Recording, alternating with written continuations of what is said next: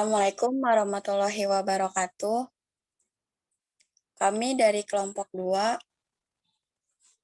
Saya akan menyebutkan nama kelompok saya. Yang pertama ada Imam Taufik, yang kedua ada Ayumi Alifianti, yang ketiga ada Ruth IMP, yang keempat ada Nurul Maulida S. Temanya, sisa informasi peminjaman alat praktik di laboratorium, keperawatan, kebidanan, dan farmasi, Stikes Medisra Indonesia. Latar belakang, sistem informasi adalah suatu sistem buatan manusia secara umum terdiri atas kumpulan komponen berbasis komputer dan manual yang dibuat untuk menghimpun, menyimpan data, mengelola data, serta kumpulan informasi keluaran kepada para pemakai. Salah satu teknologi yang berkembang pesat adalah teknologi komputer. Dengan teknologi komputer, memungkinkan informasi dapat disampaikan dengan cepat dan mudah. Berkembangnya teknologi informasi telah membuka kemungkinan kegiatan yang belum sebelumnya sulit atau bahkan tidak bisa dilakukan. Saat ini dengan mudah bisa dilakukan. Lanjut, Stikes Medisra Indonesia. Sekolah Tinggi Ilmu Kesehatan Medisa Indonesia merupakan institusi pendidikan di bawah naungan Yayasan Medisra Indonesia. Berdiri pada tanggal 4 April 2002. Memiliki 5 program studi diantaranya keperawatan S1, kebidanan S1, farmasi S1, profesi nurse, dan profesi kebidanan. Visi menjadi perguruan tinggi di bidang kesehatan yang memiliki keunggulan kompetitif, berciri humanistik, dan termuka di tingkat regional pada tahun 2036. Misi menyelenggarakan pendidikan yang bermutu, menghasilkan alumni yang profesional dan berkarakter humanistik dengan orientasi regional.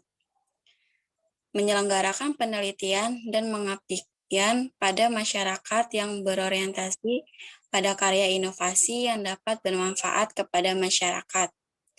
Menyelenggarakan dan meningkatkan kerjasama nasional dan regional dalam kegiatan Tridharma.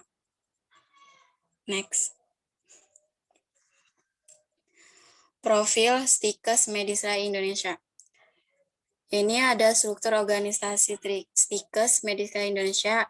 Pertama ada ketua yayasan, di bawahnya ada BPH, kemudian SPI, di bawahnya ketua Stikes MI dan Senat. Di bawah ketua Stikes ada KATIK, KAUPA, KHUMKER, KUPM, dan KP2M. Kemudian di bawahnya ada WK1, WK2, WK3.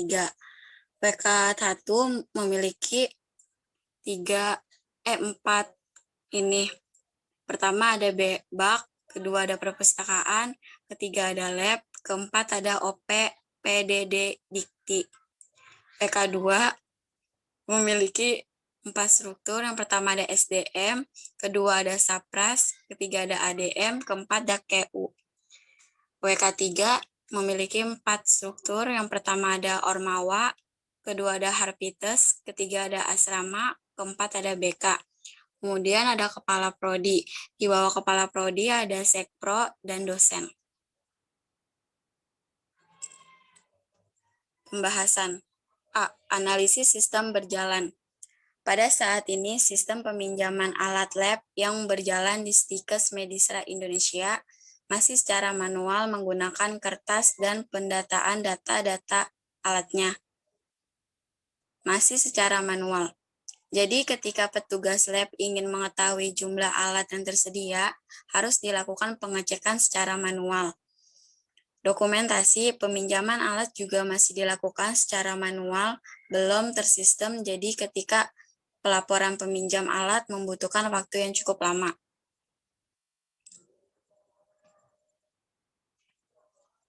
Selanjutnya, perumusan masalah. Itu ada petugas laboratorium membutuhkan waktu lama dan sulit untuk menemukan data peminjaman alat yang menyebabkan keterlambatan pengembalian alat. Hal tersebut menyebabkan alat peminjam sering hilang atau terbawa mahasiswa hingga tidak diketahui keberadaannya. Petugas laboratorium kesulitan untuk menemukan alat dan ketersediaan alat yang ingin dipinjam sehingga menyebabkan keterlambatan dalam pemberian alat yang akan dipinjam. Belum tersedia sebuah sistem informasi data alat laboratorium yang sesuai dengan kebutuhan laboratorium itu sendiri dan mudah digunakan untuk membantu mengatasi permasalahan yang dihadapi oleh petugas laboratorium dan meningkatkan layanan laboratorium. Selanjutnya, presentasinya dilanjutkan oleh Ruth Indah. Udah, Mam. Pembahasan.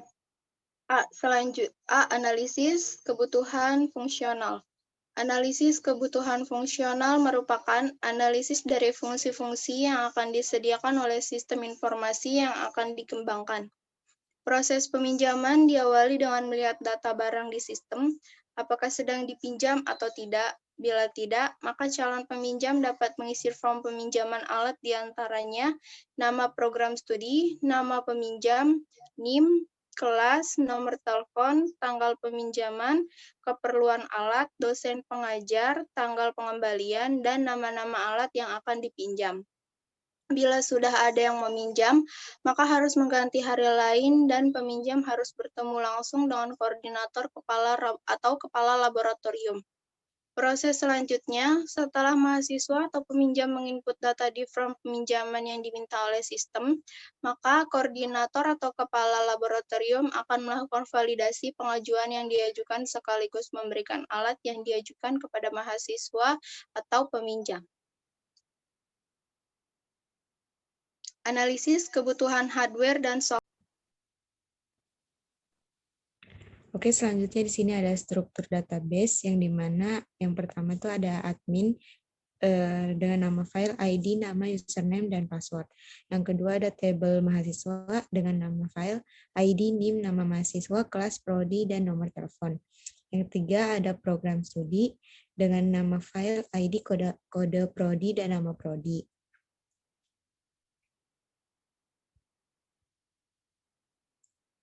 Yang keempat ada tabel dosen dengan nama file, ID, NIK, nama dosen. Yang kelima ada tabel alat dengan nama file, ID, nama alat, kondisi, jumlah, dan gambar. Yang keenam ada peminjaman dengan nama file, ID, nama peminjam, prodi, NIM, kelas, keperluan, dosen pengajar, tanggal pinjam, tanggal kembali, denda dan keterangan.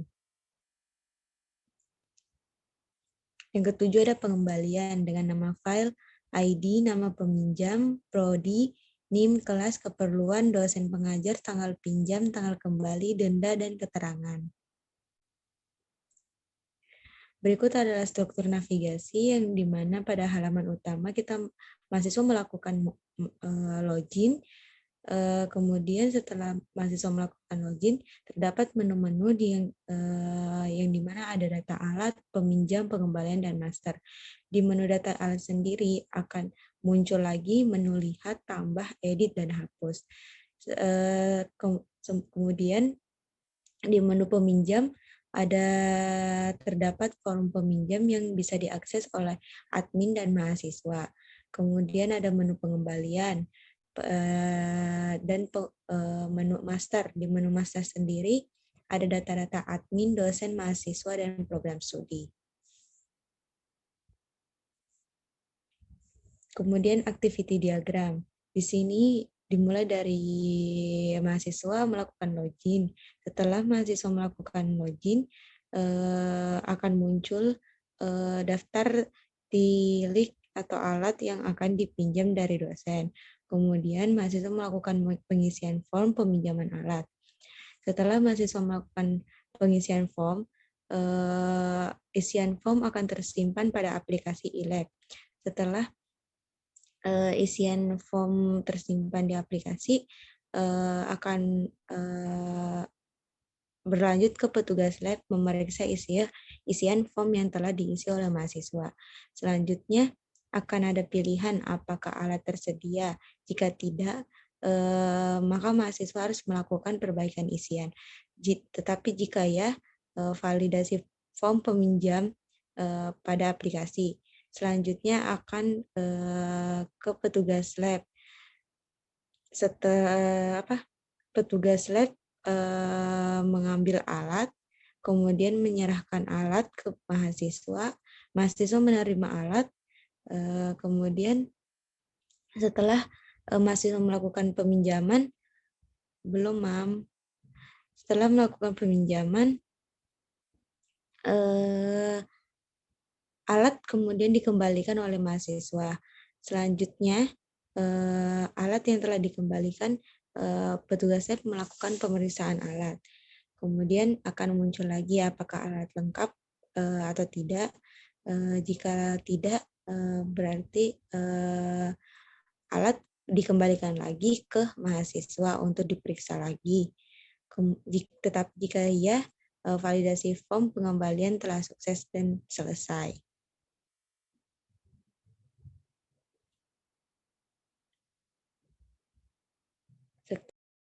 Di sini saya akan menjelaskan mengenai studi kasus dokumen input dan output. Yang pertama yaitu dokumen input, yaitu form peminjaman alat. Di sini ada nama peminjam, program studi, nomor induk mahasiswa, kelas kuliah, keperluan, dosen mengajar, tanggal peminjam, tanggal pengembalian, keterangan peminjaman. Dan untuk spesifikasi bentuk masukannya yaitu ada nama dokumennya, formulir peminjaman alat, sumbernya mahasiswa, tujuannya petugas laboratorium, medianya kertas, jumlahnya 1 lembar, frekuensinya mahasiswa yang akan pinjam. Selanjutnya yaitu masih di studi kasus dokumen input dan output. Ini ada dokumen output, laporan peminjaman, namanya daftar peminjaman alat, yang dimana field-nya sesuai dengan dokumen input, sesuai dengan form peminjaman. Yang ada nama peminjaman, ada program studi, NIM atau nomor induk mahasiswa, kelas kuliah, keperluan, dosen mengajar, tanggal peminjaman, tanggal pengembalian, sama keterangan peminjaman.